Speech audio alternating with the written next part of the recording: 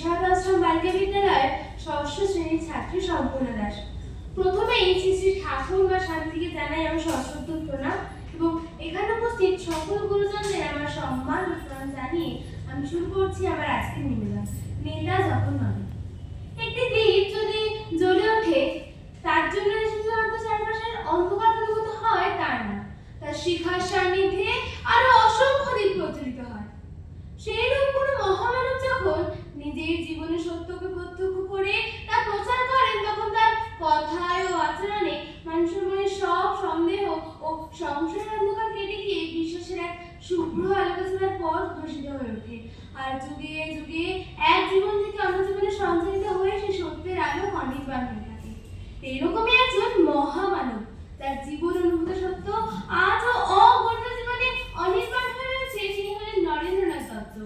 যার পরে বিশ্বজয়ী যুগাচার্য স্বামী বিবেকানন্দকে নিয়ে এসেছে এতদিন।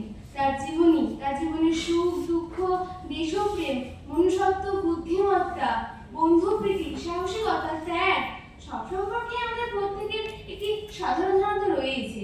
তার বাল্যকালের অনেক ঘটনার মধ্যে দিয়ে নেতৃসুলভ মনোভাবের পরিচয় আমরা পাই।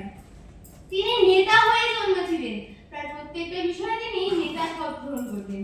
তার সঙ্গীরা তো মেনে নিত মহানন্দী। মাত্র 7-8 বছর বয়সে তিনি তার সকল সঙ্গীদের নিয়ে যান মেটিয়া বুঝতে, সেখানকার পুষ্যরা দর্শন করতেন। সেখান থেকে বাড়ি ফেরার সময় হঠাৎ করে তার একজন সঙ্গী নৌকায় বমি করে ফেলেন।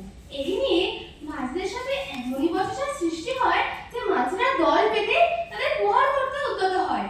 সেমত অবস্থায় নন্দনাথ প্রত্যক্ষভাবে না হলেও পরোক্ষভাবে নেতা হিসেবে একজন ইংরেজ সৈনিকের সাহায্যের মাধ্যমে তার সকল সঙ্গীদের রক্ষা করেন এবং সযত্নে সুরক্ষায় বাড়ি ফিরে দেন।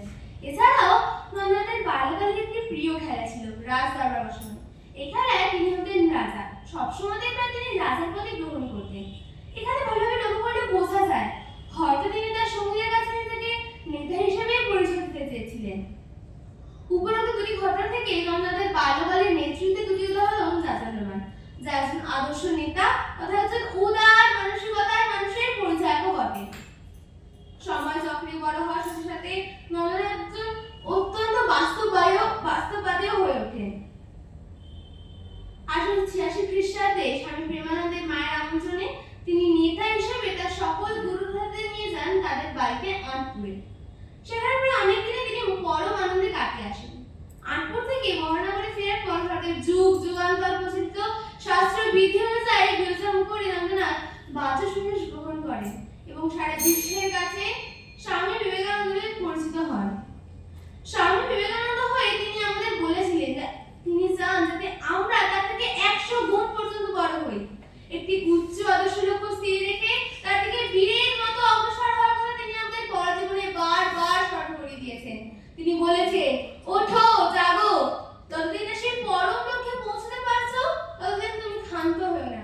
তার এই বাণী আমাদের সারা বিশ্ববাসীকে বারবার তার নেতৃত্বের কথা স্মরণ করে। নমস্কার।